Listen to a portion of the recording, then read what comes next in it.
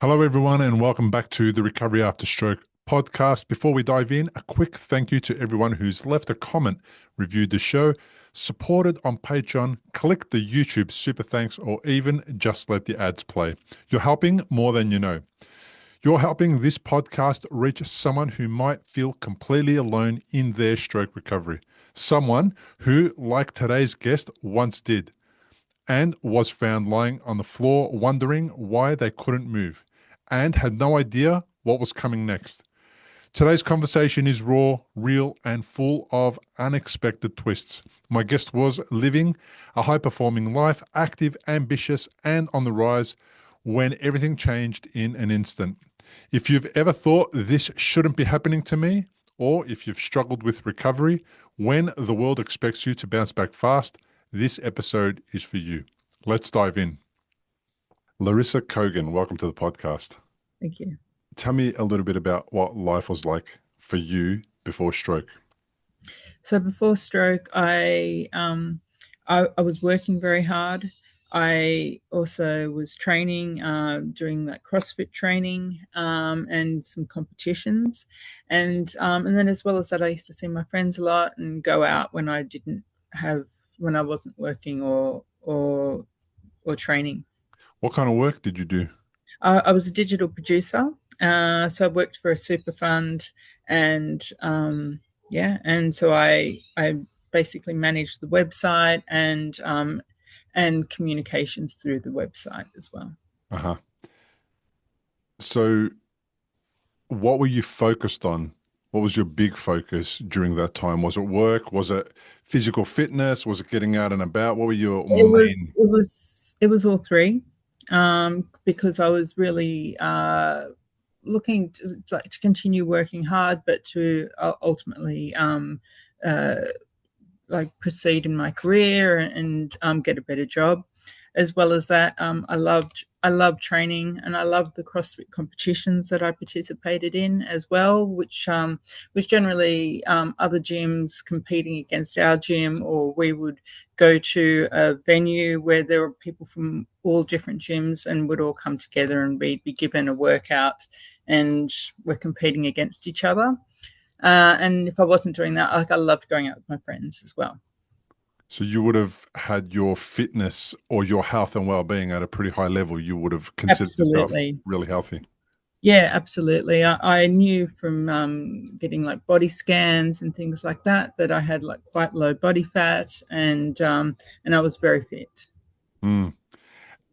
Tell me about the day that the stroke happened. What was that like? What did you Uh, experience?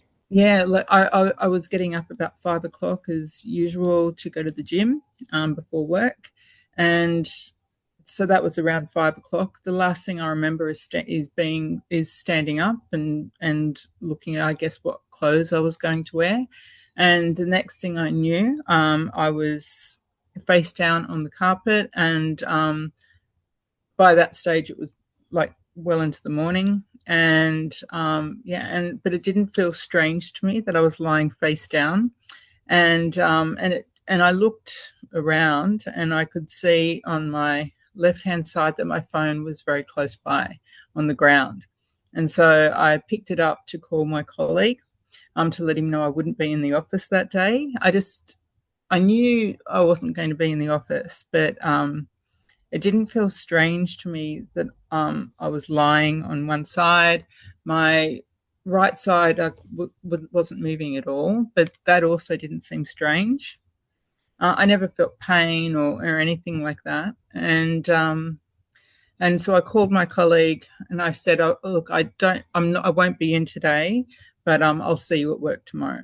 And that's kind of what I thought I said to him. He told me much later that he actually, like, because he knew something wasn't right, it didn't sound right, and it was all very off. And so he asked me, "Are you okay? Like, what's going on?" And I said, "Look, I'm not, but I'll see you tomorrow." And by for whatever reason that he was the person I called. If I hadn't have called him, or if my phone had been too far away, or I would never have spoken to anybody. And also no one, like he had the foresight, I guess, to speak with my boss and HR, and eventually they called my next of kin. And so she tried to call me. She tried to contact me through social media, all the rest of it, and I just wasn't answering. And so she knew something was not right either. She went back to HR, and from there they sort of got the ball rolling with calling initially police. And so when the police came to my house, I was in a 2-story apartment, and they were knocking on the door, and I said, I'll be down. I managed to answer my, and I just wasn't answering. I could barely really move or anything. And eventually they called me and they said, "Are you there?" And I said, "I am. I'll be down in a second to let you in." I couldn't move. And so eventually they broke the door down, or they broke in. And when they came upstairs, I was lying, however I was lying on the floor, and the male police officer just said, "Oh, she's OD'd. Look at her, she's OD'd." He said something like that. And the female officer that was with him, she said, I think there's something more to it than that. And she was talking to me, and I was talking with her, no problem. Well, probably there was a bit of a problem, but I could talk with her and I felt fine. And so they called an ambulance. By the time the ambulance arrived, they came upstairs to my bedroom. As soon as they saw me, they said she's had a stroke. And they said, "That's what we think has happened. You listen to her when you talk with her. She's lucid. Everything's fine. She hasn't OD'd." And so from there, then the day just continued on. So yeah, did you get an apology from the police officer that the female officer actually came in and saw me at the hospital a few days later. Yeah, the male officer, never heard from him again. But how rude. Well, that day, I have no real recollection of this at all. But by the time I got to the hospital, it was like after 1 o'clock. So quite a lot of time had gone by then. Yeah. So I'd been just lying, and that was the thing. I think I could see that I was slowly not able to move. I was starting to whittle away, I guess. Was it registering yet that there was something seriously wrong? It wasn't even, no. My aunt actually said to me, when I got to the hospital, I was in emergency or ICU, something like that. And she was talking with me. I don't remember speaking with her. And she said, you were completely with it.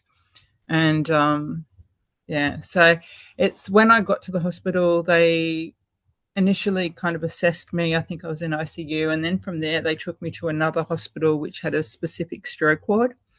And apparently I was there for a few days. I had went into an emergency surgery as well. And at one point they literally didn't think I was going to survive. But I came good. And then from there, I went back to the original hospital that I was at, which is near my house. And then they put me in the stroke ward. What kind of stroke did you have? So I've done some research on it. I think it was a hemorrhage stroke. Yeah. So what I had in my artery is webbing on my aortic artery. So it's like the artery hasn't fully formed. So it's like parts of it were very, very, very thin. And that morning, for whatever reason, it just burst. And I didn't have high blood pressure. I have, if anything, quite low blood pressure. And and it was just after waking up. The doctors actually told me later, they said, you could have had this at any point in your life, because you were born with it. And it was just that particular part of your artery, for some reason, was, and it was as it was sort of heading up towards my neck, that part of my artery was just very thin. And so you've been in hospital. Well, it's taken you almost half a day to get to hospital. You finally get in there. They're checking you out. They're putting you through the scans. Do you have a moment of understanding? When does Yeah. that come? How long That does it take before you realize that you're in hospital and you're unwell? uh So, I mean, the first few days, like all my family were called to hospital. My brother was called down from Byron Bay. People they thought I was going to die as well. And so they all came to the hospital and saw me. Apparently, I was speaking to people in a room like I was lying down, but I don't remember any of this.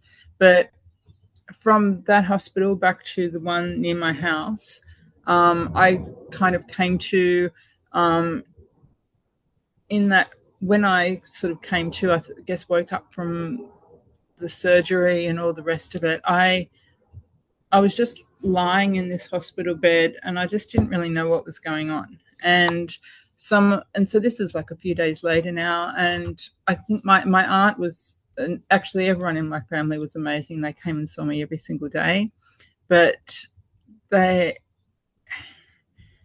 it I don't actually know exactly who or when I was told I had the stroke. It was like sometime around then, Mm. and I don't know. I guess I it didn't seem like a big deal, Mm. and I remember thinking. I remember just thinking, oh, I'll be back at work in like a week.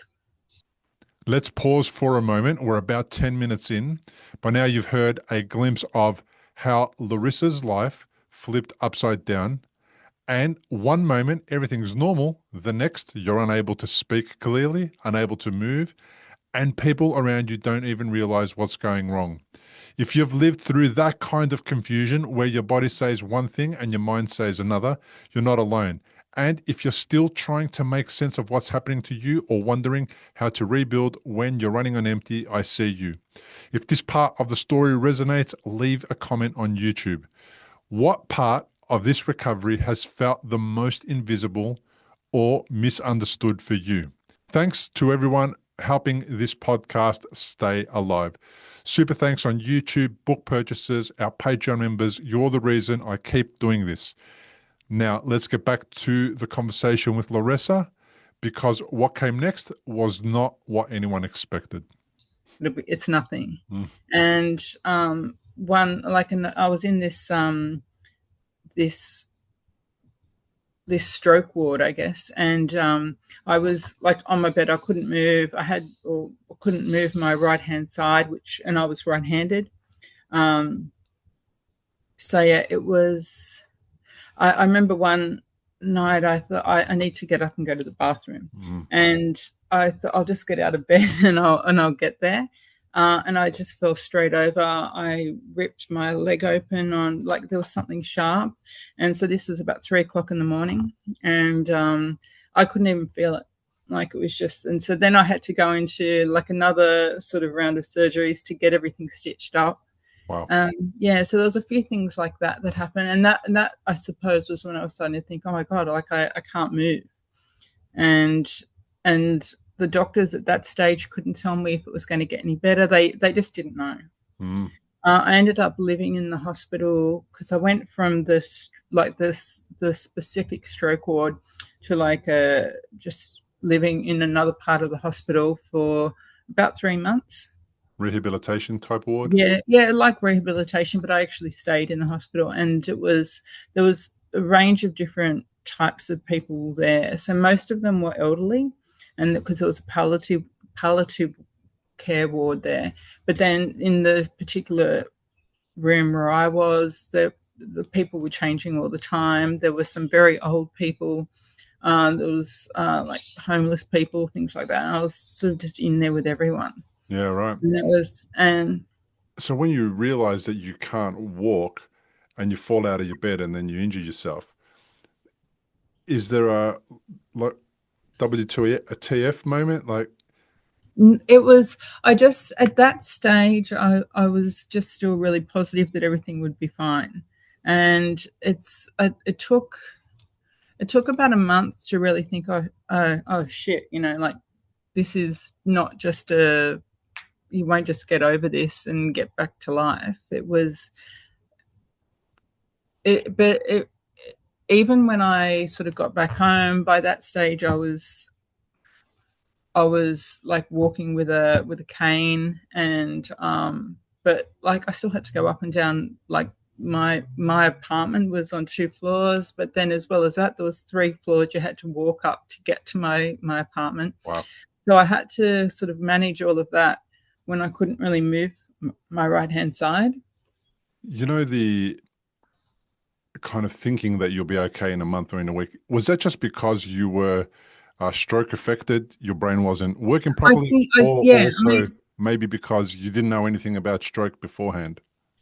it was a little bit of both, but I mean, I did start to read up on strokes after that. Like I had my phone in the hospital, I was looking up, and most of the information I found was all about old people, and Mm. it's about the ill health that they have as they get older. Whereas mine wasn't like that. And I did actually ask my doctor, can other things affect the stroke like that? And he said it wasn't. You were born with this webbing on your aortic artery, and they only discovered that themselves when I guess I went into surgery. And I also had a stent put in as well, just as a precautionary measure. To strengthen it, yeah. Yeah. And as I started to read more about strokes and more about young people having strokes, because there was nobody in the hospital with me that was a young person that had a stroke at that Mm. time. And in fact, when I went into the in care living at like the other part of the hospital, there was nobody there that had a stroke at that particular time, Mm. even the older people. So it was, but as I started to do the rehabilitation there was a girl that used to come in a couple of times a week, and she was 21, and she had a stroke when she was 19. And so I was like, oh, okay, so other people, I've it been there. affects other people, yeah. And then slowly over time I got to meet some other younger people that had strokes. Mm. And just before I left, a guy came in that was the same age as me, and he had a stroke, Yeah. but I was leaving like that same week. So You know, in the early days when you were questioning yourself, were you perhaps in a bit of a denial that you've had a stroke? Was any of that happening at all? not denial, but no, it's such a weird thing to try and explain, because Mm. now like I'm completely aware that of things like this, but like I just maybe denial, but not denial. Yeah, just denial. It must have been. Mm. But when I was Disbelief always, maybe as well, and like, I think that yeah, I think disbelief as yeah, well. I'm So. healthy, I go to the gym, you know, everything. I'm 43. Uh, how can I have a stroke kind of stuff, right? And like when I got home, that was when I think things started to take a little bit of a downturn for me. Hmm. Because I was back home, I was by myself. I wasn't sort of seeing people every day in the hospital or anything like that. Hmm. And then I had to start thinking like, what next? And so I initially, my work agreed to have me back for half a day a week, and but when I was at work, like there was very little I could do, and I'd actually spoken with the doctor already by then, and he said, "I don't think you should go back to work." Uh, um, he goes, "Honestly, you may never work again." That was and when I was starting to hear things like that, I was like, okay, maybe I'm not as okay as what I think I am. But I was also sleeping like a lot, Mm. like maybe about up to 20 hours a day. Fatigue. Just yeah, I just like I'd get up and I'd try and go for a walk, and like by go for a walk, it might be just that I'd get down the stairs, Mm. just sort of, and then go back up again. Like I was What so. was the hardest part, the physical part, or was it not being able to work and go back to the gym? Like, was it It was navigating all at of that. home? It was all of that. I know also, like, I knew I had to at least put a hold on my membership at the gym. And I called the gym like called them to tell them I was going to have to take a break for a little while. And then they answered the phone, and because of my aphasia, I guess, I couldn't speak. I was trying to talk to them to say, I'll need to have a little break for a while. I knew exactly what I needed to say. That was not the issue. But when I went to say it, I was like, I couldn't get any words out. Mm-hmm. And so I started to become quite depressed for a while. And then it was around that time that NDIS, my NDIS sort of agreement had come through. And so from there, they said, okay, we'll have someone come and see you, and then we can figure out like what services are actually out there that you want to participate in. And so from there, they had me talking initially with a psychologist. I also looked at getting some rehab, like physical therapy, and so that they were like the two big things. I had an OT come to my house and sort of go through everything with me as well. Daily tasks were okay. So I couldn't really cook. So things like that. I think because I had to do everything also with my left hand. And so that was a whole thing as well. It wasn't just about not being able to speak as much as I wanted to, but also feeling very depressed. But then I just couldn't do anything. And so it was like it was all kind of up in the air. But honestly, through NDIS support, that's probably been my biggest savior. NDIS is the National Disability Insurance Scheme that we have here in Australia, where somebody becomes unwell or disabled. You can apply to have a certain level of care depending on your severity of your challenges, and then from there, those services can be made available to you, opened up to you at no cost most of the time, or at a very low cost, right?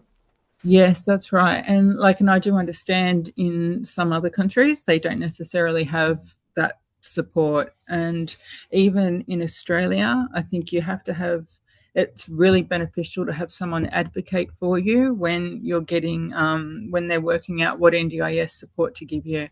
And so I was very lucky for me that my aunt was so forthright and really advocated for me. So I feel that the level of support I have from NDIS, maybe some other people haven't gotten as much just because they didn't know that they could get it.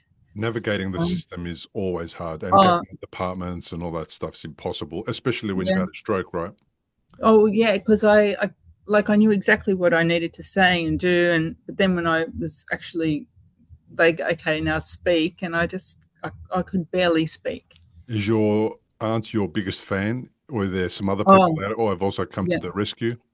Definitely, there was a few people. My parents, they didn't live in Sydney. They came down to Sydney every day and saw me in the hospital. My aunt, she was living very close by to me, so she came to the hospital every day. And a number of friends as well, some that I probably didn't think I used to see all that often. They came to the hospital all the time. But then other people that I thought were very close to me, I never heard from them again. And so there was, and like initially I was thinking, it's me, like what have I done? And I did some more reading into it. And for some people, if there's something that's happened in their life that they can't deal with what's happened with you. And it's also and also just for some people it's almost like they miss the person that was there previously, and they just can't deal with whatever they can't relate to you, and they don't know how to help you, and they don't know how to what to say and how to be supportive, and they don't know how to deal with your injuries and the way you interact with the world now. And some of them are just rude and naughty and not nice. But they're very few and far between. We'll give them all the benefit of the doubt. Look, I think there's a whole range of different things, but for me, I realized more than I think at any other time in my life, I just needed to count on myself, Yeah. and I couldn't look at sort of getting reassurance or from other people. I had to get it all from within. So, But you did get reach out for help. So that's different, right? oh yeah, yeah, Reassurance is different from I specifically need help. Yeah. I yeah. need help to fill out a form, have a conversation with the doctor, remember what the doctor said, Yes. etc. But definitely my aunt was very helpful in that regard, but also just the different provide like service providers that I spoke with. They were fantastic. Really fantastic. Yeah. So You said you did a bit of reading. You seem to have picked up a little bit of information from reading different things. Was there some standout books, things that really helped you in the recovery? like a lot of it was just looking up on Google, just anything related and like but specifically around young people having a stroke. Mm, And then I made it more specific again, looking in Australia, because I find that people in different countries have different levels of support or different types of support. So it just made sense to just look at Australia first, because that way I knew that people would be in a similar situation to my own. yeah. But yeah, for a while I was so depressed because I just um, even just to go out to like if I went and got physical therapy, like by the time I got there, went through the whole physical therapy, came home, I was so exhausted, and then that was my day. And because I wasn't working very much, or even when I was working, barely. Um, it like I was just thinking, when's this all going to get better? By speaking with a psychologist, they then initially I had a psychologist provided by I think my support coordinator through NDIS. She found a psychologist for me, but then I realised I can actually go out and get my own psychologist, and it can still be paid for by NDIS. And so Mm, that was what I did. I got my own psychologist. I got my own house cleaner. I got the type of exercise that I wanted to get, not just what was being provided. And I was also like a very avid skier, and so I found this at the entertainment quarter. There's like a it's not a game, but it's called off piste, and they do like skiing services. So like you actually it's like you're actually on skis, like the but it's a and machine.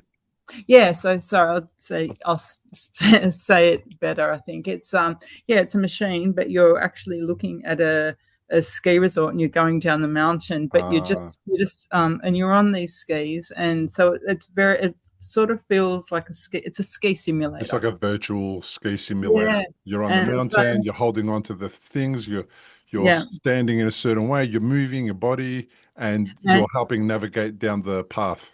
and like for the most part, something like that is more used by uh, like like they it would be more for like elite skiers and that kind of thing, or people that are in ski schools, Ah, and so they can do their ski training even when they're in Sydney. mm. And so I sort of put myself forward saying I'd really like to do this, and it was approved by the NDIS, and I could. And you look at the first videos of me sort of trying to do that, and it was like it was so hard for me to move, and I was on a like a beginner's um thing, just trying to it was really hard to navigate. So But then you then become, that was part of your physical rehab.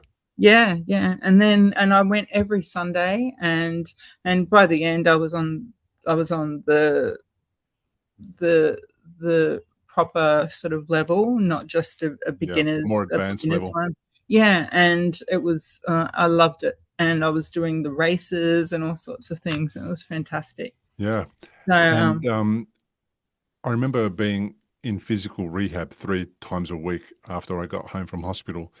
And it was the craziest thing, trying to get to 1 hour of rehab would be a half a day or a full day Oh yeah, of yeah, effort. And then you'd be yeah, wiped out and then you'd come home. And then if you're doing that 3 days a week, then there goes your entire week because yeah, what are squeezing stuff in between yeah. is near impossible, right? It's So, I've got no idea how people in countries where they don't have this level of support, or maybe for people who can't afford it in other countries, like where it has to be, you have to pay for it yourself. It's I don't know how they get through this, because I think a lot of it I know was like my own resilience and wanting to get better. But if I was had like roadblocks like that ahead of me, like I don't know how I'd get over it. yeah. So, you, so all of the services and support that you've received has been able to help you get to this stage. We're now 7 years later. Yeah. Was there any other setbacks in that 7 year period between, falling out of the hospital bed was the first one and then getting stitched up and that?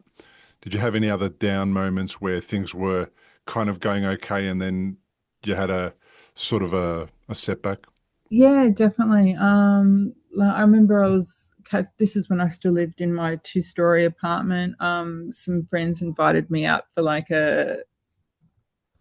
like lunch, as I was about to walk down my stairs, I slipped and banged my head.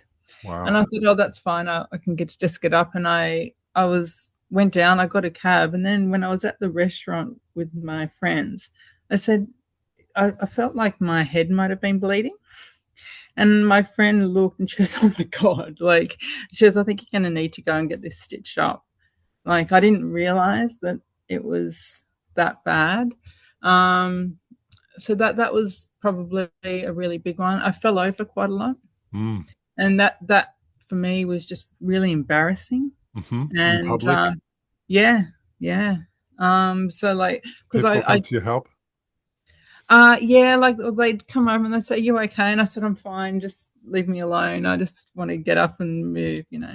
Um, yeah. But I mean, that I even this year I've still fallen over Mm. sometimes. Um, And when you fall over, because I still do this in my head, like sometimes I trip or my left leg hits the step as I'm going up the stairs and I fall yeah, up the stairs. When you fall, do you always, because this is what I do. What I do is I go like, oh my God, like my leg is not working. And sometimes when there's people around me, they'll go, oh yeah, my leg does that too sometimes to make me feel better. yeah, And it's like, oh, I don't know if it's me not paying attention or if it's the yeah, fatigue that made my leg not go up and fall over. So I'm always overthinking the incident rather than yeah. like just getting up and walking away. I have to go over it in my head for ages. No, for me, it's just I just want to like because I if people don't know you, they're already thinking about something else like 1 second after Yeah, you kept walking. So there's no I don't really see the point in worrying about what other people think. It's just yeah. like just keep going. For me, I don't think it's so much like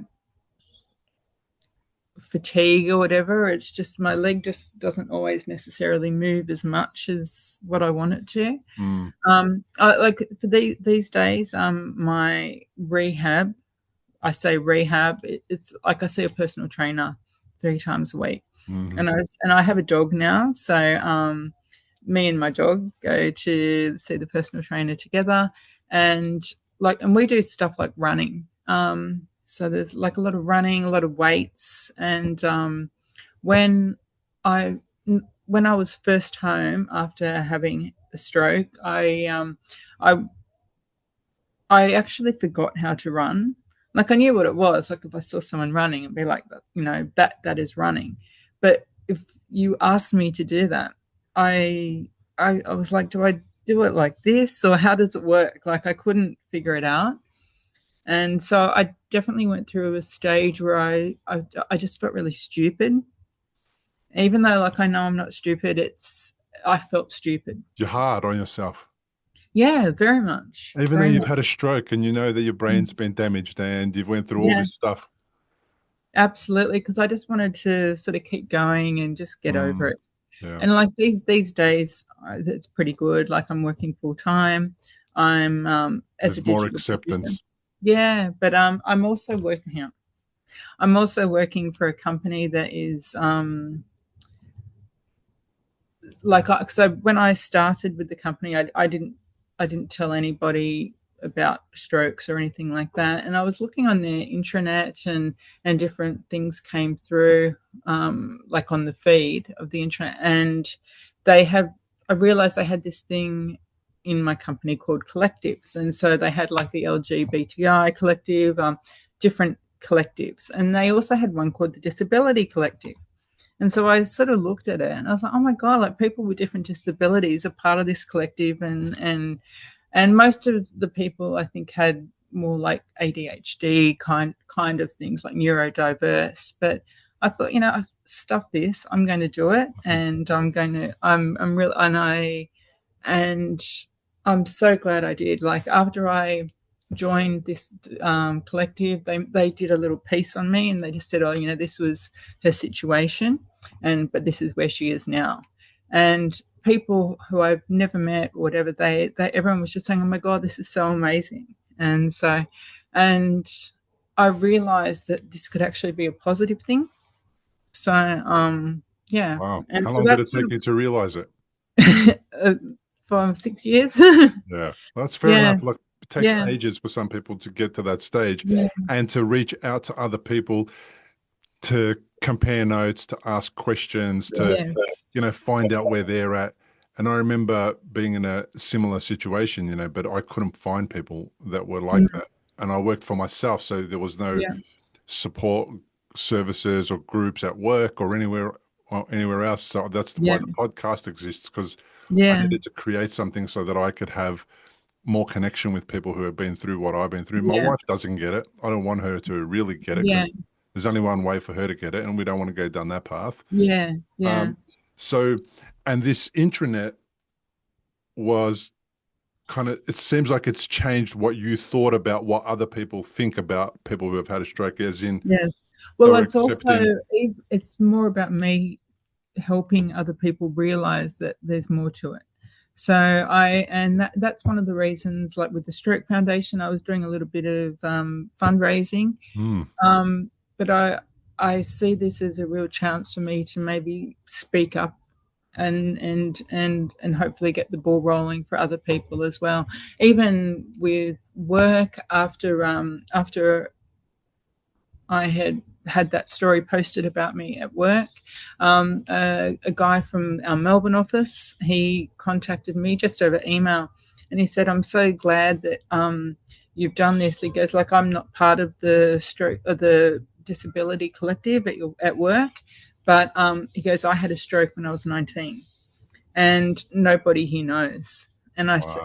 I said to him, I said, if you are willing to do it, like I think you should come forward and say something, because it's, if any, like my particular company that I work with, they're so accommodating of things like that. So Yeah.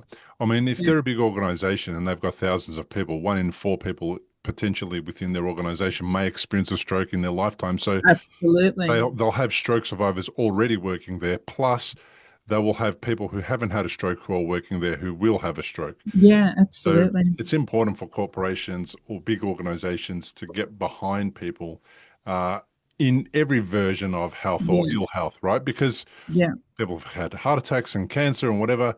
And it's just, you have to find a way to support your staff because everyone gets something. And if you don't, yeah. well, then But there you was lose two people. companies I worked with prior to where I am now, Mm. and I didn't say anything to anybody there about having had the stroke, and I felt like I, I felt like it would not work in my favor Mm. to be completely honest. So it was very lucky, I suppose. In some ways it was COVID at the time, so Ah, I'm mostly working from home anyway. um so the people, I suppose, didn't really get to know me, but it was I just felt it was just easier to not say anything and leave it at that. Sometimes it is as well. So yeah, it's Mm. not compulsory to blurt it No, out to everybody like I am. no, Like not everyone needs to know. Some people don't need to hear about it, and some yeah. people it's not appropriate to tell them. So Yeah, um, absolutely. But I think it for me when I was working in these other companies, I literally I didn't feel that if I was to say anything to somebody, it would not necessarily work in my favor. So yeah, yeah, yeah, that's true. In some organizations, it's sad but true. They do absolutely. discriminate against people who have had neurological challenges for whatever reason. Yeah, yeah, absolutely. So but that like where I am now, I'm still like I train every day. I would Mm. train 3 times a day, 3 times a week, but I'm always out doing something. Like I'll never do probably CrossFit again. Maybe down the track at Where some would you point. put your fitness on a number? If you were at 10 before the stroke, if your fitness was through the roof, where would you be now on the scale of 1 to 10? I'd say probably a 6. Yep. But Yeah. I'm not talking about physically capable. I'm talking about like fitness. Would you still be quite fit and have good I vascular? don't think so. No, You like don't even think when it so? comes to things like running now, like short distances, like I can run, but Yeah. I couldn't just What sort of go out distances for did you do before? oh like like I was never a marathon runner or anything like that, Yeah. but like I could sort of keep going. And now it's like, but at the end of my training session with my PT, I that's it. I like I'm pretty much done. Yeah, fair enough. Well, looking back now, how has life changed? Obviously, physically it's changed, but also emotionally and mentally, like where you're at in that space. In some ways, like it's actually better. I've got so much like self determination, much more than I realized I ever had before. But I'm also very self confident, and I think in the past I probably wasn't. Wow. And like I had some difficulties like public speaking and that kind of thing. Whereas now I'm like, hold me back. I really like I want to get out there and talk and I'm very happy for the focus to be on me Wow. and to deal with that. Yeah. So So even though you had uh like I would imagine an athlete's body back then, and now you're a little bit shaky on your legs and you fall over and all that, you have more self-confidence than you did back then. absolutely. That's so strange, but interesting Yeah. as well, right? And Yeah. Very like I and when I look at like when I hear about the different like people that are younger that have strokes, like some people feel pain or they feel cold differently or things sound different or whatever. For me, there was never anything like that. But it was just I was just really unstable and I could fall over really quickly and it was yeah, and so that for me was like a real like the biggest thing I think that I didn't feel like I could always I was always stable. mhm. So you've discovered strengths you didn't know you had before. Definitely, definitely. And so like nowadays I am like I feel really confident about the future, really looking forward to everything that happens next. Wow. Um but yeah, so Why it's not? I love it. yeah, I'm supportive of it. I encourage it. Yeah, I'm just yeah, it's it's so strange. Like before, when you reflect back on your life before, clearly you're aware now that you had no self-confidence, and yet yes, you had so much more ability, we'll call it. yeah, yeah, And not that you're less able now, because it seems like you're still able to do everything you want to do in your own way, different yeah. way. Like, do you know where that stemmed from? That lack of confidence? Was it I don't know. Like upbringing? I Was it know your personal life? I used to get a lot of anxiety Ah, and depression in the past, things like that. And I just figured that was just part of everybody's daily life because we're so busy and we've always got so much on. But like I'm doing more now in some ways than I was before. I'm also studying and hmm. as well as working. So I'm doing lots of things and I'm just excited about whatever comes next. So I love it. What are you studying? my MBA. Far out. That's a bit of Yeah, effort. yeah, yeah. But Yeah, it's all good. yeah, good on you. Well done. I love it. I know it would also be training your mind to get better, to heal, to create, different neural pathways, etc. Absolutely, like that neuroplasticity at the beginning. Like I don't think I'd even really heard of the word before. Mm, And the first kind of doctors that started explaining that to me, they said like the biggest part of neuroplasticity is going to happen like in that first year. And then after that, you'll still see different changes and improvements, but they'll be a lot slower.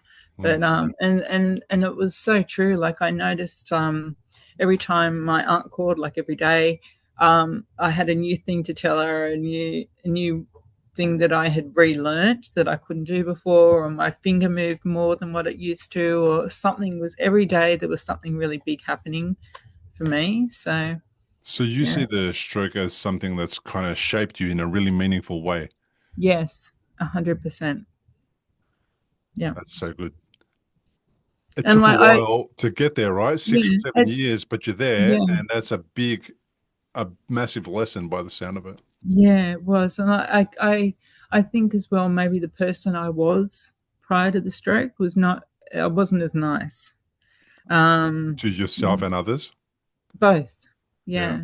But yeah, like so it was in some ways yeah, It it's sounds like you better had in it some in you ways. to be nice, but perhaps you had a different Yeah. way of thinking about whether or not it was necessary to be nice. Yeah. Yeah. So I think nowadays it's everything's a lot it's very positive. Yeah. Were you a I little would bit say. hard-assed and gung-ho and just get on with it, get the job done, and not very Absolutely. empathetic? Yeah. Yeah. Yeah.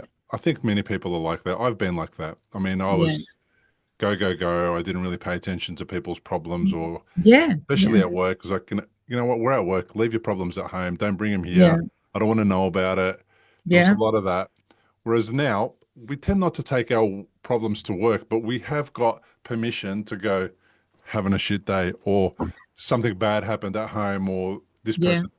And whether you tell somebody to bring their personal life to work or not, they're going to bring it anyway. Yeah, of course. And you may as well kind of give somebody 3 seconds of your time and just kind of give them a sense of, I don't know, a helpful ear, some understanding, a conversation, just to bring them down from that level of stress or anxiety or whatever it is, right? And then Yeah. even though they're not 100% on the job, like we always want our employees to be, Yeah. apparently, at least they're better than they were when they arrived to work. And then they can get to work and at least feel productive and have some relief for 8 hours or whatever, rather than Yeah. making their life impossible as well while they're at work. Yeah. There's just no need for it. But I get it now, but I also didn't get it before. Definitely. Mm. Yeah, I think the person I was previously, I just didn't I felt like I just didn't have time for other people's shit Yeah, for want of a better word. yeah, It was all about me. yeah, And it doesn't need to be like that. yeah. It's time for everybody, isn't there? Especially if the people are looking up to you. Mm, This is what I love about it. Stroke survivors tend to want to help out other stroke survivors heaps, right? yeah. And um, and even in our kind of worst times, when you're got the least energy, the least finances, you're the most banged up, your Yeah. brain's not working properly, your leg and your arm is not working properly. Even then, we somehow seem to find time for other people, which is Yes. such a blessing, isn't it? Such a gift. 100%. Yeah. Like it's exactly right. And before, too busy. Oh, I'm too busy. I haven't got the time, or you know, Yeah. oh, I'm busy. But also like very busy but not happy. Uh-huh. Like just stressed and unhappy, but always so busy. Ah, and So now more I'm happy. just yeah, very happy. No, it's so weird. It's so weird, and it's lovely that you get there, right? And we can Mm, actually share this message with other people listening, especially stroke survivors who might even be in hospital, right? So yes. it's the toughest time. It's terrible. There's a lot of hard battles to overcome. There's obstacles. There's all sorts of challenges, Yeah. And then after that, there's this other stage that you can get to that so Yeah. many people get to, right?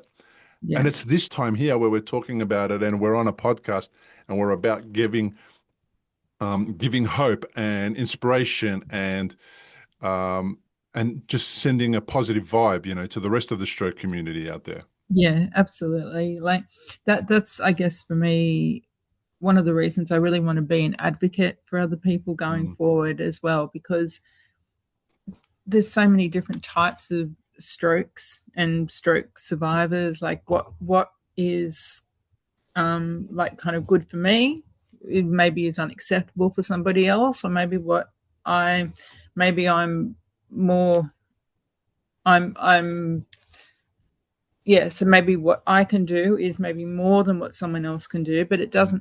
it doesn't mean we can't all sort of strive together, I guess. Yeah, yeah, we Yeah, can yeah, join, we can go to that event, like your previous events together, and we can all be different and have different levels of skills and try and at yeah. least reach our personal best. And but I'd love to be able to work with people as well. So to sort of help them realize that what like the best that they can be is still the best. Mm. So yeah.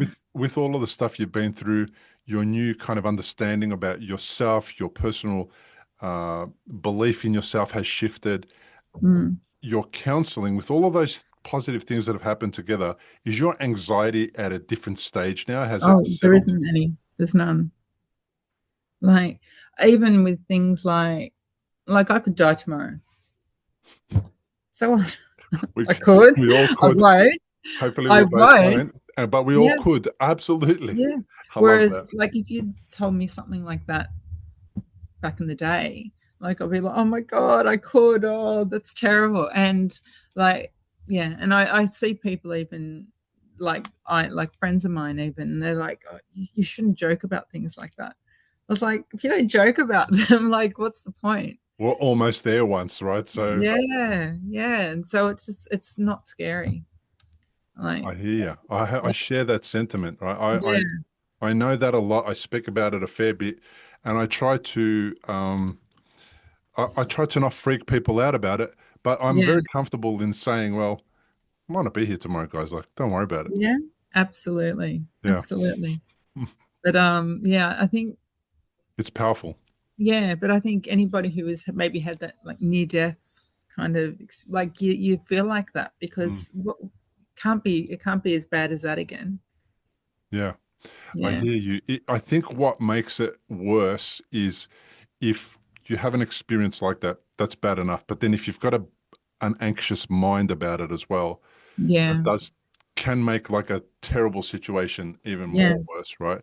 yeah, There's this saying that I like to tell people around me when we there's a certain person you come across who has an injury and they're expecting death from a scratch. Then they twisted their ankle and they're expecting death from twisting their ankle. And then you know, they had an eye infection and they're expecting death and all that.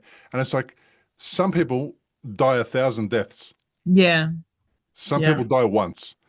yeah, Man, I would not want to be the person who's dying 1,000 deaths my entire life. I'd rather be the person that absolutely. just goes there once and it's done and dusted.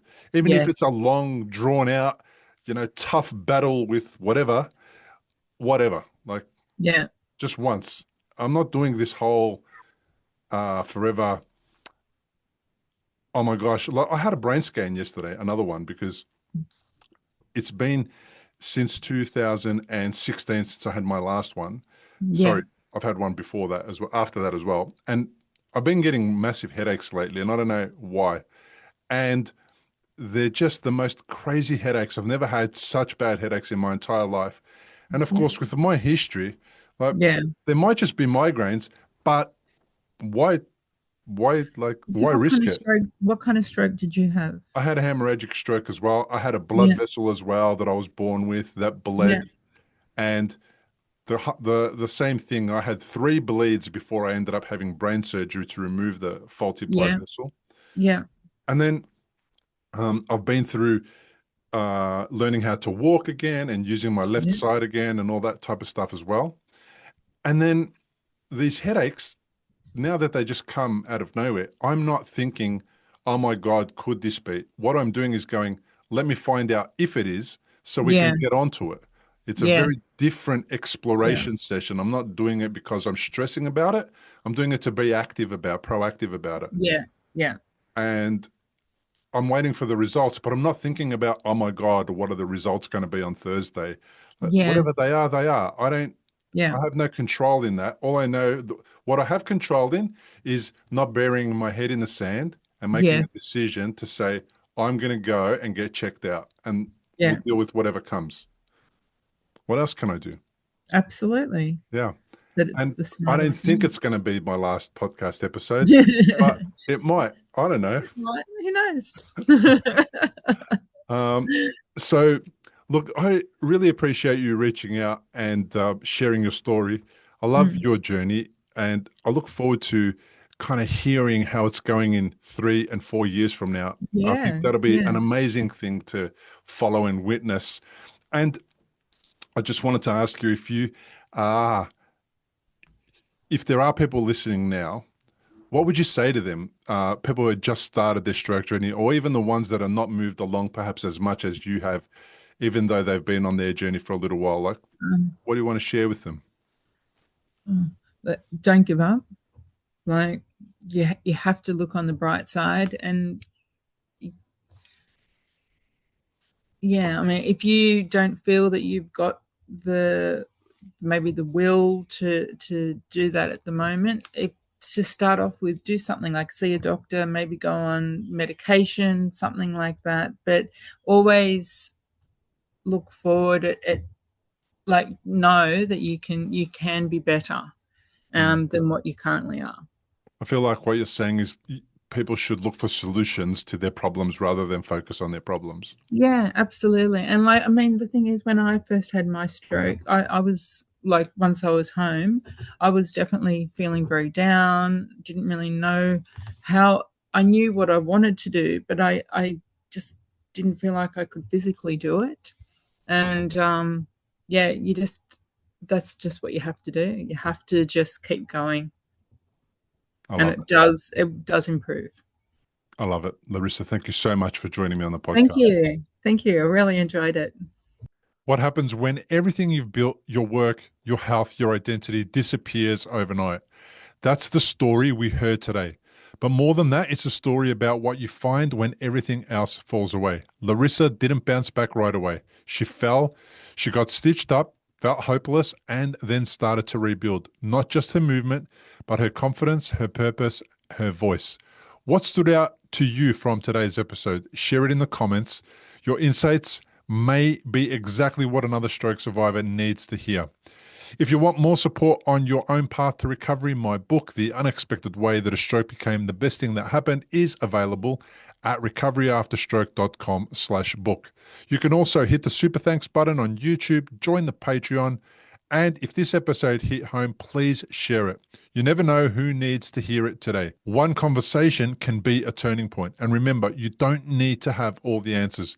Just keep moving forward. See you in the next episode. Importantly, we present many podcasts designed to give you an insight and understanding into the experiences of other individuals. Opinions and treatment protocols discussed during any podcast are the individual's own experience, and we do not necessarily share the same opinion, nor do we recommend any treatment protocol discussed. All content on this website and any linked blog, podcast, or video material controlled this website or content is created and produced for informational purposes only and is largely based on the personal experience of Bill Gassiamis. The content is intended to complement your medical treatment and support healing. It is not intended to be a substitute for professional medical advice and should not be relied on as health advice. The information is general and may not be suitable for your personal injuries, circumstances, or health objectives. Do not use our content as a standalone resource to diagnose, treat, cure, or prevent any disease for therapeutic purposes or as a substitute for the advice of a health professional. Never delay seeking advice or disregard the advice of a medical professional, your doctor, or your rehabilitation consultation program based on our content. If you have any questions or concerns about your health or medical condition, please seek guidance from a doctor or other medical professional. If you are experiencing a health emergency or think you might be, call 000 if in Australia, or your local emergency number immediately for emergency assistance, or go to the nearest hospital emergency department. Medical information changes constantly. While we aim to provide current, quality information in our content, we do not provide any guarantees and assume no legal liability or responsibility for the accuracy, currency, or completeness of the content. If you choose to rely on any information within our content, you do so solely at your own risk. We are careful with links we provide. However, third-party links from our website are followed at your own risk, and we are not responsible for any information you find there.